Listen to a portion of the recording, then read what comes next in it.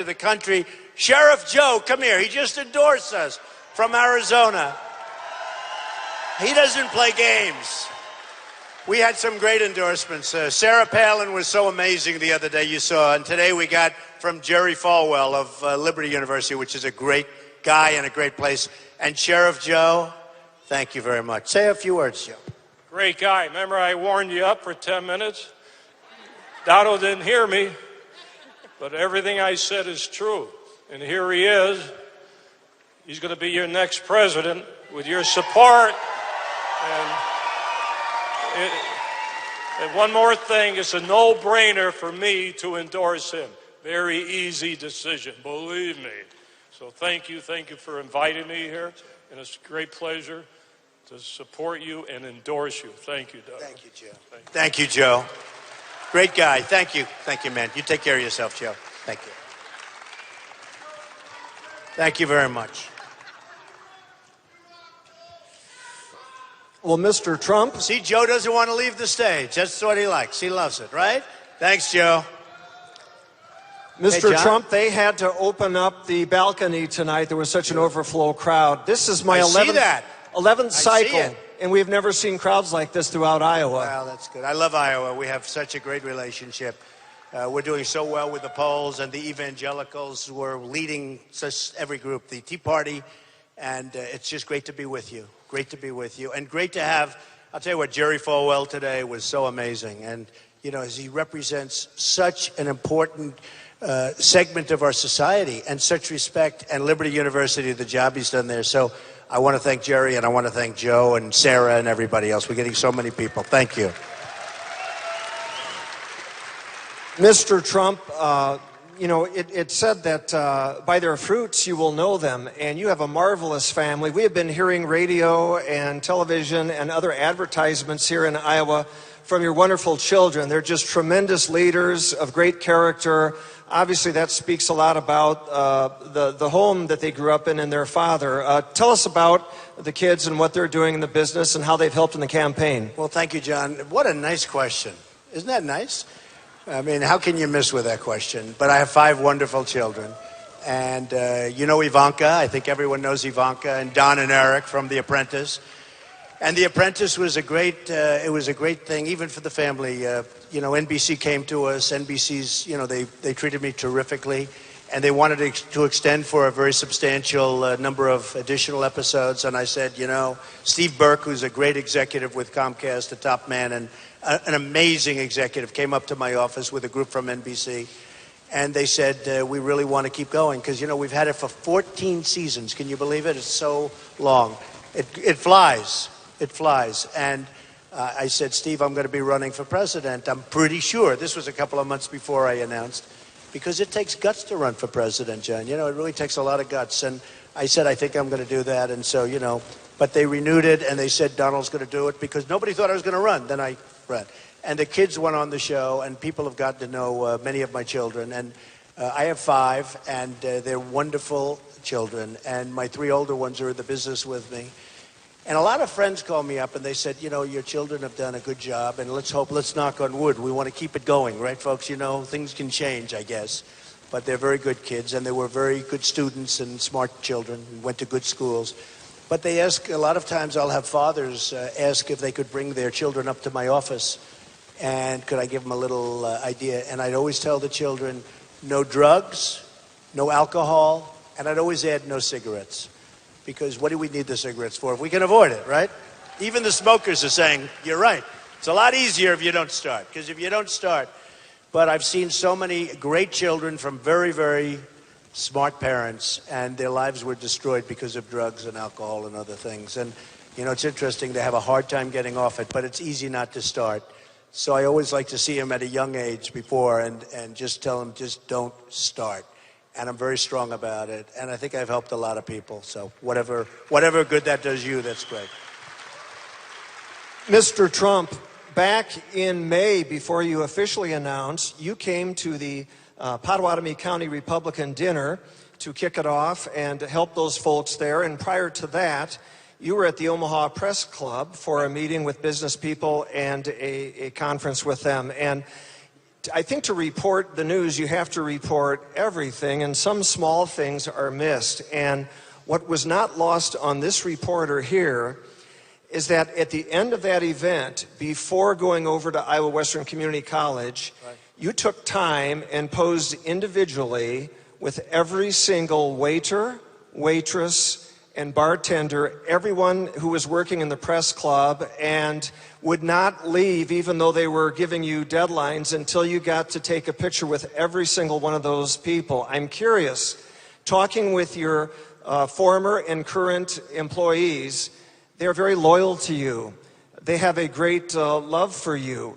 Talk about that relationship you have with your employees and how you feel about the little people as they're trying to live the American dream. Well, Gerard, it's really a nice question, and I appreciate it. The fact is, we're all the same, folks. We're all the same. I had an ability to do things and to create and to make money, and by the way, and to take care of people. And I built a great company, and I've employed tens of thousands of people. By the way, many Hispanics and many African Americans. A recent poll I saw today where a group came out, I do great with the African American community, and if I get those numbers, we win the election very easily. One of the moderators said, if you get those numbers, you're going to win the election easily. But I'm going to create jobs for people. And the Hispanics in Nevada, the state of Nevada, they did a poll, and in that poll I'm leading. I'm number one with the Hispanics. And again, it's going to be jobs and it's going to be work, because that's what people want. I mean, they want to be able to get good jobs where they can live well. But I've had amazing relationships with my employees. Many are long-term employees. And there's nothing I get a kick out of more than seeing families grow up. And, you know, when I pay them well, they go out, they get good education, they get great health care. Obamacare is a disaster, by the way. We're going to terminate it. We're going to repeal it. We're going to replace it. We're going to replace it. It's a total disaster. And it's not working. It's probably going to fall of its own weight unless the Republicans extend it. Because these Republicans, I don't know what's going on with the budget that was just approved 2 weeks ago. It's a horror budget. It's a horror. You know, we owe $19 trillion. We're now going to owe $21 trillion because of this budget. It's never going to end.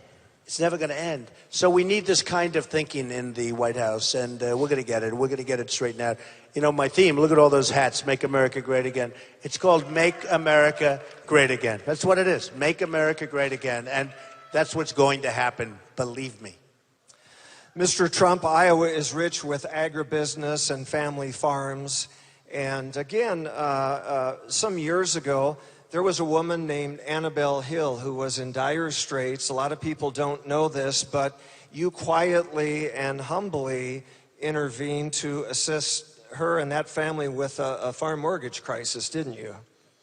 Well, I didn't know this was going to be a question. This is, believe me, I don't know John. I know he's a nice guy and he's got a wonderful wife, but this was not a question I thought it was going to be asked. Annabelle Hill was a wonderful woman whose farm was being taken away from her, and it was during a very bad period of time, and I helped her out. I haven't heard this question in a long time with this statement, but it's so nice that you ask it. But she was a wonderful woman with an incredible family, and the banks were taking away her farm, and she had a mortgage, and the mortgage was in default. And we bought off the mortgage, and we saved. I read the story about her, and she just seemed like a great woman. She's passed away now, but her family is, I know the family's around because every once in a while I get a note. But I like helping people. I mean, where I can help people, I like helping people.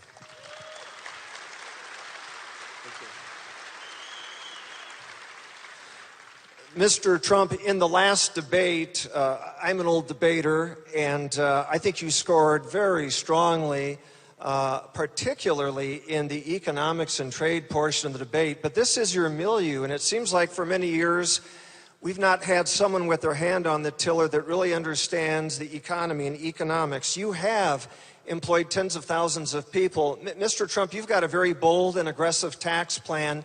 Do you think that that impetus, along with the bully pulpit of the White House, could turn this economy around? I think so. I mean, look, we have now, I just brought this along. I'm in the plane and I'm reading the Financial Times. And here it is, Johnson and Tyco revive tax storm with $20 billion tie-up. They're going to merge and they're leaving the United States. They're going to move to Ireland. The American aspect of this is going to move to Ireland. Now, it used to be they'd leave New York and they'd go someplace else. They'd go to Florida. You'd leave maybe, as an example, although I must say in Iowa you lost a lot of business, as you know, to Mexico. A lot of business to Mexico, which is ridiculous. But here they are. Now they're moving out of the country. It's ridiculous. I mean, Newton, Iowa, I was watching 60 Minutes years ago, and I've made friends because I helped a lot of people in Newton, Iowa. This was long before I thought I was going to be running for office. But I felt badly. People were being pulled out of colleges. Businesses were going to be closed. Because in Newton, as you know, it was a lot of businesses were ridiculously taken out. And most of them went to Mexico, which, you explained to me how that's good for us. It's not good. But here's front page on the Financial Times, and they're talking about company moving to Ireland. How does that help us? How does that help us? It's ridiculous. So it's so sad. And you know what? It could all be straightened out, Jen. So my tax plan is going to lower corporate taxes. It's going to lower taxes for the middle class. So important. The middle class is, between the veterans and the middle class, there is no two groups of people treated worse, in my opinion. There's no two groups treated worse. And we're going to take care of our veterans, and we're going to take care of our middle class. We built the country. The country was really built by the middle class in terms of middle-income people, and they're paying too much tax. The deal is so complicated. You have to go to the Wharton School of Finance to figure it out. Nobody can figure it out. The tax, it's so complicated. And, you go to these tax processors and you spend money and they don't even know. You get 10 different people to look at it. You get 10 different answers. And we are going to simplify our tax code. We're going to reduce taxes for people, and we're going to bring business back because the corporate taxes are so high that businesses now are fleeing our country. They're also fleeing for another reason. They have $2.5 trillion at least offshore outside of this country. It's called corporate inversion. They have all this money. They go out to get their money. They can't get their money in. And it's interesting because it's one of the few things, if you look, the Democrats and the Republicans agree the money should come in. Who doesn't think, the money should come in? This has been for 3 years now, and they can't come to a conclusion because there's no leadership. So the Democrats say it should come in. The Republicans say bring this money in. In other words, we could bring this $2.5 trillion into our country. And I think it's a much bigger number than that. Nobody even knows what it is, but I think it's much bigger. So we could bring trillions of dollars into our country, right? Trillions of dollars. And they can't get together, and they all agree that we should do it. There's no leadership in Washington. There's no leadership. We have incompetent people. There is no leadership.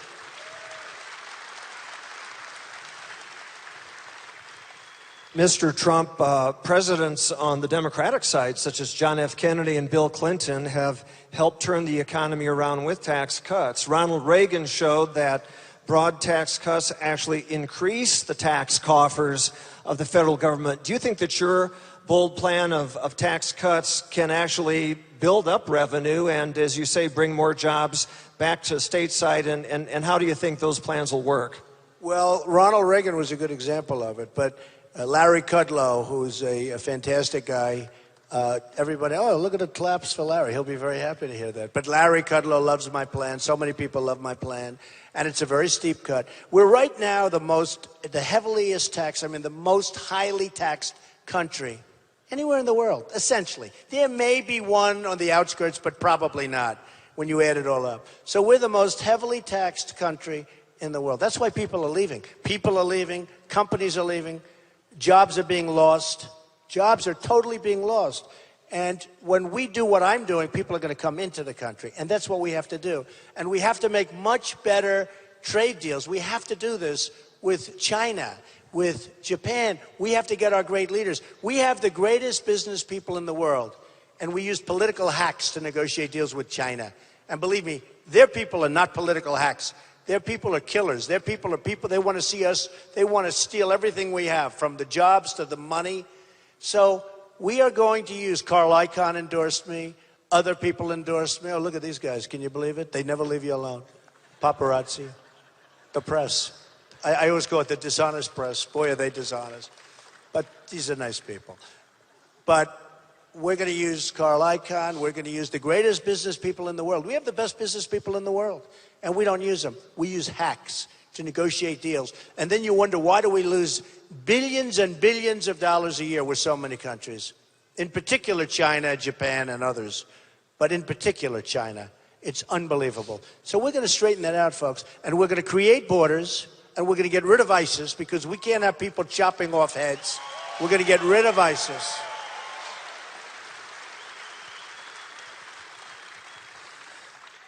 Mr. Trump, as a businessman over many years, I can echo for many, many folks out there, especially small business people, the regulatory environment is killing them. It's killing their businesses, it's killing their productivity, it's killing their ability to price competitively. It's very demoralizing. How can you cut through that Gordian knot of regulation? Are you going to have the backs of the small business people that have made America into such a great middle-class country? Well, you know, John, I know the farmers, and we'll talk a lot of farmers right here, but the farmers are just getting killed. I have farmers that are people that I know, in some cases friends of mine. They tell me that the regulation now just to farm land that normally they used to go out and just farm it is just brutal. What's going on? They talk about puddles being considered lakes. They talk about things that are just hard to believe. So we're going to take care of that. And by the way, I'm totally pro-ethanol, which frankly Ted Cruz is not. And you have thousands of jobs. You have thousands of jobs in Iowa that are very ethanol-based and very important between the biofuels and everything else. But these are, you know, we never want to be in the grasp of OPEC again. And what we can do and anything we can do to create a lot of fuel, because eventually, you know, right now you see low prices, they'll be going up again. They'll be going up again. But I'm very pro-ethanol, and Ted Cruz is not. He is totally. Although, you know, they said, oh, well, how honorable he is because he changed his tune about 2 or 3 weeks ago and started coming a little bit of the way. Not far enough. Is that right? Stand up, sir. Is that right? He changed his tune a little bit because he wanted to try and pander to the vote. And then when everybody went against him and the governor, and I have great respect for your governor, and he came out, he said, you cannot vote for Ted Cruz. You can't do it because it's going to be terrible for your economy. So I'm pro-ethanol. Ted Cruz is totally against it. And by the way, who's giving Ted Cruz his money? A lot of it's given by oil money. So he's never going to help you with the ethanol. So, and I'm not taking money, so I don't care about the oil money or the ethanol money. I do what's right.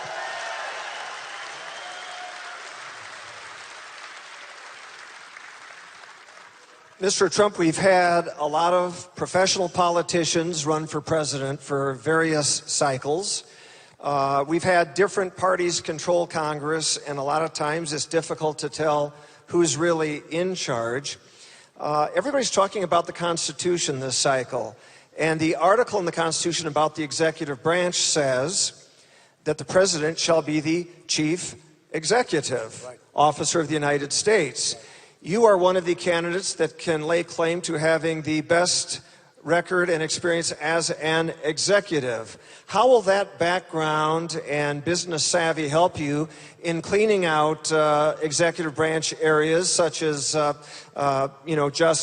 EPA, and some of the other areas there that might need, State Department might need some changeover? Well, I think it's indispensable. If you look at what's going on, and if you look at, for instance, I saw in one of the shows, and then I read about it, somebody said, we're trying to balance the budget over the next 25 years. Can you believe that? 25 years. Give me a break. 25 years. And it's a little thing, like I told you before. I say the wall's going to be built. We're going to build a wall. It's going to be a real wall. It's going to be a big wall. People aren't coming through. And by the way, people can come in. But they have to come into our country legally. Legally. They got to come in legally. But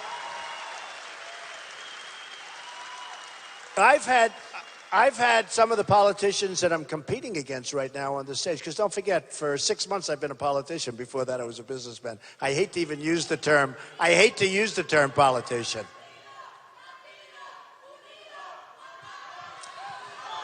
Well, folks,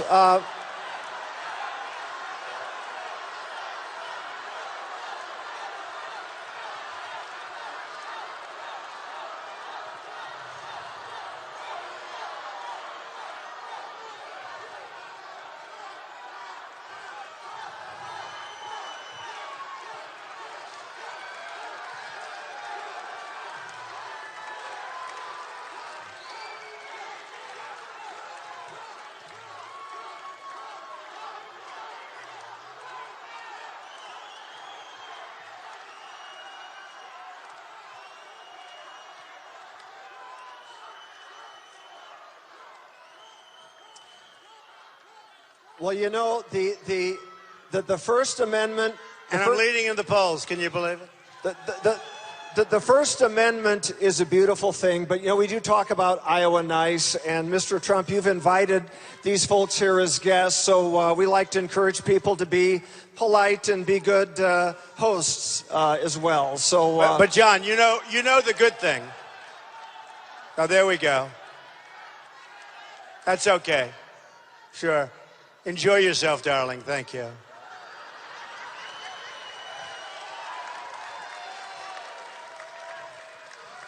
You know, the shame with all of these people here, a couple of people protest, and tomorrow in the headlines, protesters. But the good thing about the protesters, the cameras turn, because they never turn off the stage. Now people see, I mean, this place is packed. Every place we go is packed. So we love it. We love it. We love our protesters. Because the only way they turn the camera is when we have the protesters. Thank you. Go ahead. Mr. Trump, as we look at the constitutional charges that the president has, in addition to being commander-in-chief, it seems to be that in the past, some of those that are running from a legislative branch background have some more difficulty when it comes to actually running the executive branch of the government. I don't know what they're doing. It's true, John. I mean, you have a person like Ted Cruz. He's never run anything. Guy's a senator, doesn't get along with anybody. Nobody likes him. He's not endorsed. Think of it. Not endorsed by one United States senator. And he works with them every day when he reports to work, you know. But he's not endorsed by one senator, not one Republican senator. How do you do that? How do you run a country that way? It's fine to stand in the middle of the floor and say, and everybody else is saying, you know, what are you doing? You got to get people to make deals, but they got to be the right deal, not the wrong deal. We're going to make great deals. We're going to make great deals, and you have to cajole. And, you know, you look at Ronald Reagan and Tip O'Neill. They did. That's the way it's supposed to work, you know. You make a country, and you do it the right way. But Ted is a nasty guy. People don't like him, and he doesn't have one endorsement. Think of that. Doesn't have one endorsement from a Republican senator. He has very few endorsements, other than wacky Glenn Beck, who's always crying every time I see him on television. This wacko is always crying. He's a total nut job. The guy doesn't have any endorsements of any, you know, great consequence. And then when you look at the governor of your state, and he says, you cannot, and he's a respected governor, I have to tell you that, but he says, you cannot vote for Ted Cruz. And then he doesn't report his loans because he wants everyone to think that he's Robin Hood and he's going to help you with the banks. But then Goldman Sachs and Citibank, you know, he didn't put them conveniently on his form. You know, there's a lot of stuff at play, folks. There's a lot of stuff. Look, with me, it's going to work. Maybe it won't. I think it will. Polls have come out, as you saw today, John, where I'm 40% and 42%. Somebody else was 11. I mean, we're doing well. And I have to say this, so important is that Iowa, we love it, and I've been here so much, and I'm going to be here all week. You're going to get sick of me. But the truth is, Iowa has not picked a winner in 16 years, folks. If you're going to pick a winner, pick me. We're going to have a win. We're going to have a win. You got to win. Got to win. And one other thing, and it is time that you pick a winner, because 16 years is a long time. We've had, you know, 8 years of Obama and stuff. 16 years is a long time. But for 16 years, that's a long, long spell. But remember this, that they want to move Iowa to the middle or to the back of the pack. You know there's a big move. If I'm president, that's not happening at all. This is an amazing tradition. And this is an amazing tradition. And frankly, whether I win, lose, or draw, they shouldn't allow it. This is an incredible, even the whole concept of caucus. It's tougher, but it's so interesting. And you really get into government. I've learned a lot, even over the last couple of months, having to do with caucus. But I just hope you get out there on February 1st, caucus. Go with me, of course. Otherwise, don't go. Don't bother. You're not going to go with me now. But such an important thing. And I'll tell you what, if we win, I think we can run the table. It'll be so important for Iowa, because if we win Iowa, they're saying, if Trump wins Iowa, New Hampshire, they're incredible people. We're leading by like 20 points. And we win Iowa, we win New Hampshire, we're going to win South Carolina, then we go to Nevada, then we go SEC. We're going to run the whole table. Iowa is very important. It's very important. It's really important. So you got to get out. You got to get out and caucus. Mr. Trump, we've got a global economy now, and we've got this very delicate balancing act. Ultimately, free trade is a wonderful concept and generally works, but it has to be fair trade. In the last debate, you went on at length, very erudite, very, very good explanatory. How would you address the trade situation that we've got going on right now? Obviously, we've lost a lot of our manufacturing base here, but you've got some strategy on negotiation. Well, I do. And, you know, trade is just a one-way story. I'm a free trader. I believe in open trade. I love it. I love dealing with other countries. I believe in it fully. But it's got to be at least somewhat fair. It can't always be where the other country is just taking and you know, as an example, if you take China, we give to China, but if we want to send something over there to be so, look at Boeing. Boeing made a deal to sell planes. Well, they have to build factories. They're building a massive airplane complex over in China. And yet they send stuff through our borders. They send stuff through us. No tax, no nothing. You want to sell stuff in China, you're paying tax. They call it a tariff, but you're paying tax. The other way, it's not that way. So it's a very unfair situation. And it's because their people are smarter, they're sharper, they're more cunning. Same thing with Mexico. I mean, we have such an unbelievable trade deficit. That's why the wall gets built. I told you, these people that I'm competing against come up to me and they say, well, Don, what do you mean? And they're nice people. I'm not even knocking them. They're politicians. They don't know any. What do they know? They know nothing. But they say to me, but Donald, what do you mean what do you mean when you say we're going to build a wall, but Mexico's going to pay? You can't get Mexico to pay. Of course they can. They're making a fortune. The wall is peanuts. Then they say you can't build a wall. Why? You know, they wanted to build a wall 12 years ago, 13 years ago. And one of the reasons it couldn't get built, you won't even believe it, they couldn't get an approved environmental impact statement. Do you believe it? Because the snake or a frog or something was in their way. A toad. They couldn't build because, can you believe the stupidity? And then you look, John, in China, in the South China Sea, where China is building a military fortress and airport for military planes. And they're ripping the sea. They're ripping it. And they're dumping and ripping and dumping and ripping. Guess what? They said, let's do it. They started work the next day. They don't play games. Here we can't build a wall. Then people say, well, that's a big wall. That's not a big wall. The Great Wall of China is 13,000 miles, and it was built 2,000 years ago. And that's a serious wall, by the way. 13,000. This is 2,000 miles, of which we really need only 1,000 because we have natural barriers. We can build it so good, so beautiful, so big, so powerful, so strong. Nobody's coming through unless we want them to come through. Right? Nobody. And Mexico will pay for it. Mr. Trump, in higher education, as in the media, as in the Hollywood culture, there's definitely a leftist tilt. Not many of the university economics departments are free market economist-run departments. And over the years, there's been a lot of accusations and people trying to muddy the image of free market enterprise. It seems to me, those of us at least that work in business, that business truly can be a calling, almost like a vocation. I mean, you've hired tens of thousands of people. You've helped educate many people. Do you think that kind of like the Gipper, you might be able to be an ambassador of goodwill and rejuvenate the zeal among our young people for this beautiful free market enterprise system that we have here? Well, I think you can, but you know, it takes, look, you can't have Common Core. Common Core is a disaster. Common Core is education through Washington, D.C. These people don't care. I mean, some of them do, I guess, but mostly they don't care. And they get a big fat paycheck. You have thousands and thousands, tens of thousands of people telling you how to educate your kids in Iowa. And we want to bring education back, John, to the local level. We have to do it. And you have to get rid of it. Guys like Jeb Bush, he's in favor of Common Core. Not that he matters, except, of course, he spends millions and millions of dollars every month on ads against me. This guy's no shot. But he's in favor. He's got two problems, minor problems. He's in favor of Common Core totally, and he's weak on illegal immigration.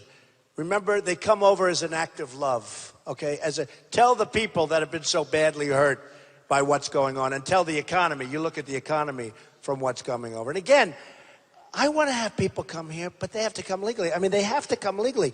But when it comes to Common Core education, we have to get rid of it. One of the questions, John, about education that I probably get asked almost more than any question, period. We have young people that borrow up to the hilt. They borrow right up to here. They can't breathe. They go through wonderful colleges that you have in Iowa and elsewhere. Wonderful colleges. They're good students. They work hard. They have so much borrowing. And if you look, part of the reason is because these colleges have let the prices go up, because all they're doing, they don't view the student, they view they're getting money from the federal government. The federal government loans the money to the student. The colleges raise, you take a look at how their costs have gone up, because they're getting all of this money from the federal government through the student. The student is a conduit. So we got to look into that, because the cost, the proportional cost is so incredible. Now the student is loaded up with debt, they graduate, and guess what? They can't get a job. They can't get a job. So if you look at the cost of higher education, it's absolutely inflated because of the fact, and it's a very serious problem, because of the fact that they're basically getting the money from the government. There's nobody there to cut it.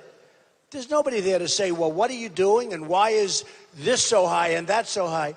We have to help the students. We're going to have to help them, because I get that question maybe more than any question. What do we do? They're loaded up with debt, and then they graduate and they can't get a job. It's very unfair.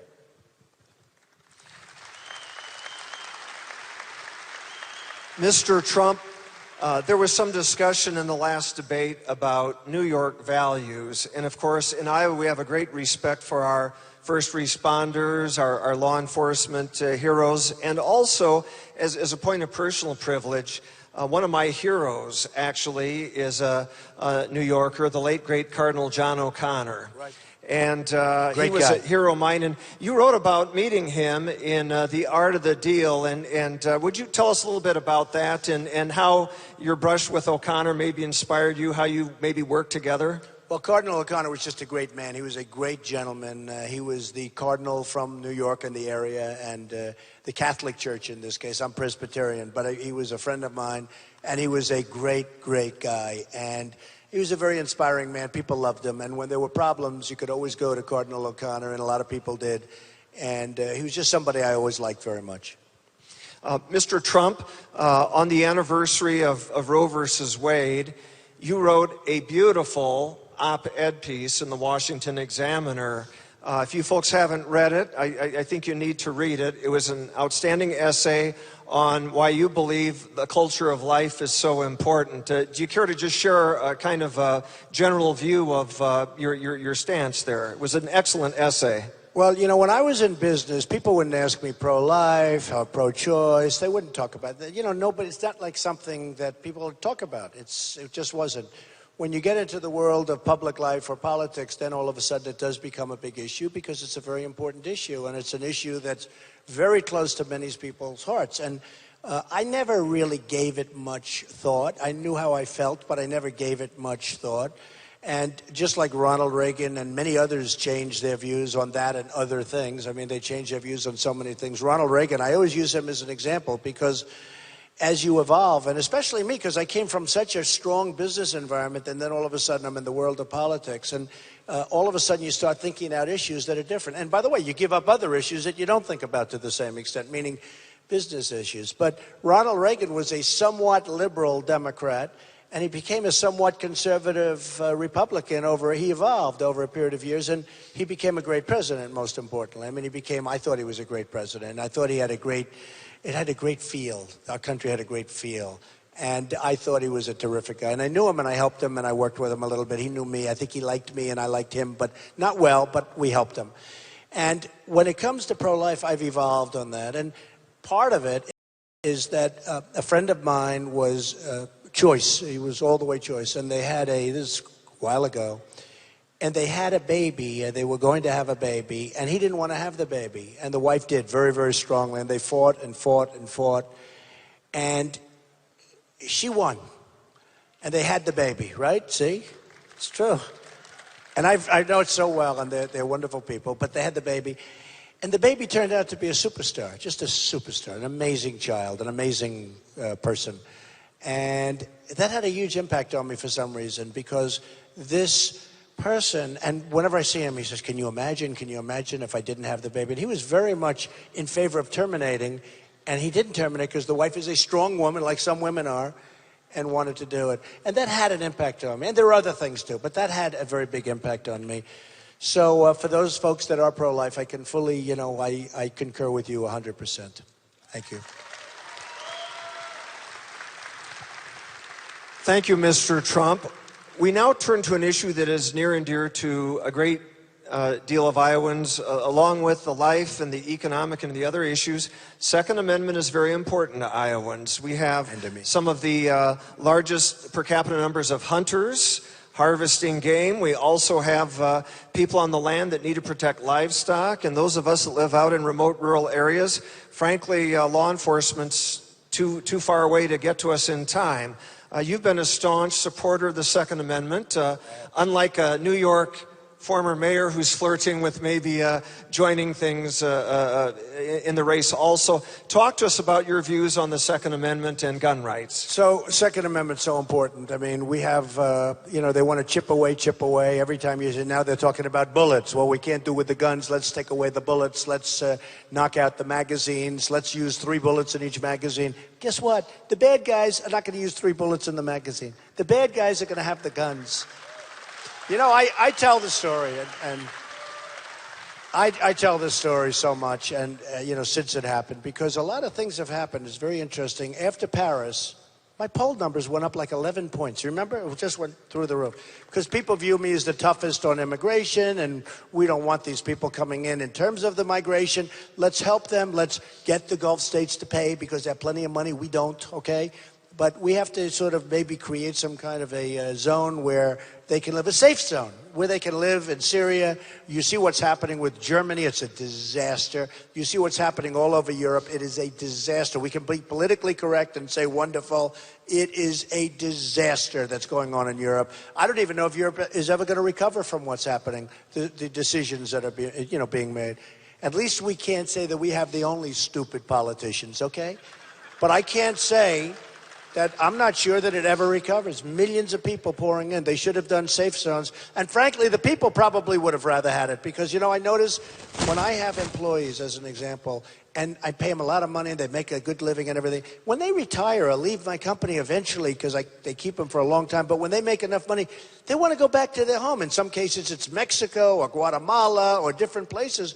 And they very rarely stay. As much as we love this country and we love our country, and if we were outside, we'd want to come back here. But it's amazing. But when it comes to the Second Amendment, for whatever reason, when Paris happened, a lot of things changed. 130 people gunned down by animals, by total animals. And I would give the press a hard time because they would call them these wonderful names, like these ones. And don't forget, they radicalize our children and our people by using the internet better than we do, and we invented the internet, right? But they'd call the leader the mastermind. Remember, they said, the mastermind hasn't been... I said, don't call him the mastermind. Call him the man with the dirty hat, the guy with the dirty hat.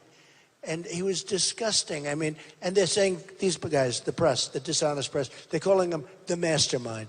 And then you wonder why the children are radicalized. And, they make them into these great characters. They killed 130 people. Now, if in that room, or if in the room in California where the 14 were killed, and other people to follow, by the way, with 130 in Paris, you have many people so gravely wounded that they're going to be dying and they're going to lead a life that's going to be rough if they don't die. Same thing in California. The 14 people that were killed, if like you and a couple of people, were in that room in Paris or in that room in California, or one of the soldiers that was killed because it was a gun-free zone on a military base and they were all killed because they didn't have their guns. If a couple of people were there with guns to their ankle or to their waist and bullets were going in the opposite direction, I guarantee you the result would have been much, much better. Much, much better. So, I mean, if you think about Paris and if you think about California, if you look at what took place, they walk in, no guns on the other side. The bad guys had the guns, the good guys had nothing. Boom, boom, boom, boom. These people were helpless. These people were helpless. Now, there'll always be guns. The bad guys are always going to have guns. They don't have to buy them legally. You know, they want to legislate. They don't have to buy them through stores. They don't have to buy them through gun shows. They're all over the place. We have, what, 300-400 million guns in the country. They'll always have them. We need them for protection. You also said, you know, for sport, it's true. My son was here last week, Don. He stayed with a lovely family. He went hunting. I mean, the hunting here is incredible. He's a member of the NRA. So am I. But I have two sons that are members of the NRA. And the NRA does a hell of a job, by the way. I got to tell you, the NRA really does a good job. But you need protection. And if they would have had guns, you know, Paris, the reason I bring up Paris, because it has the toughest gun laws, they say, in the world. You can't have a gun if you're in Paris. If you're in France, having guns, it's like almost impossible. Except for the bad guys. They have the guns, okay? And if they would have had guns, or if we would have had them in California, it would have been a whole different story. So we have to protect our Second Amendment, and we can't let these weak politicians convince us otherwise. We can't do it. And remember, it's not the gun that pulls the trigger. We have a mental health problem in the country. We have a big mental health problem. They're closing up these institutions, and people that should be institutionalized or at least work with are not being worked with. And we can't let that happen. So protect your Second Amendment. Mr. Trump, as we're winding down here this evening, you know, Iowans are proud of Grant Wood and Glenn Miller and Johnny Carson and Donna Reed, and there's just the list, Johnny Carson, everybody, the list goes on and on. I knew Johnny Carson. This was a piece of work, I'll tell you. They produced him in Iowa. That's you got to be careful with it. He was a great guy, but I knew him pretty well. And we're perhaps proudest of the Duke, John Wayne. Now, right. The other day in Winterset, Iowa, you were standing at the great new restored John Wayne Birthplace and Museum, and you earned the endorsement of a great woman, Aisa Wayne, the Duke's daughter, who's an accomplished attorney from Southern California in her own right. How did it feel? You know, the Duke, we think, was emblematic of the best of Iowa values. Do you think that Iowans are maybe going to win one for the Duke and adopt you as one of theirs come caucus day? So. Well, you know, first of all, she was so nice and called the office and said he would have really loved you. And I thought he was terrific. Strong, powerful guy. And I know you're very proud of him, maybe the most of all. But when she said, we'd like to endorse you and I'd like to endorse you, that was a great honor. And she was telling me about her father. And, you know, I didn't know him, I didn't meet him, but I just heard so many things. That was a strong man. That was a man from Iowa, right? We can all be proud of. We can all be proud of John Wayne. But getting that endorsement meant a lot to me. And she was terrific. She flew in, and we had a ceremony last week, and it was great. And the museum is beautiful. They do a really good job. They're so proud of it. So thank you very much. It's great.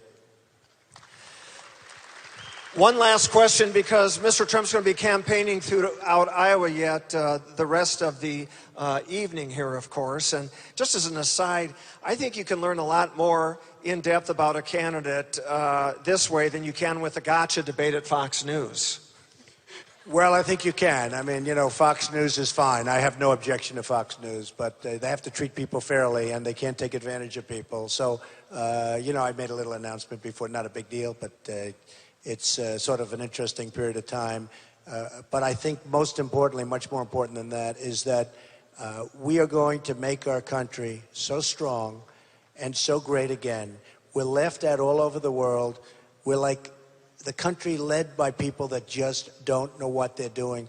We're going to be properly led, and we're going to be so proud of our country. And I'll tell you what, it's such an honor to be here tonight. But I want to say the next time I see you, and literally the next time I see you, and we will be back, after a year, you're going to say, wow, what a difference. You're going to be so proud of your country again, and we're going to make our country great again. That will happen, and it'll happen pretty quickly. So I hope you can get out and caucus on February 1st, and I love you all. Thank you. Thank you very much. Thank you. Ladies and gentlemen, your stand-up guy, Mr. Donald Trump.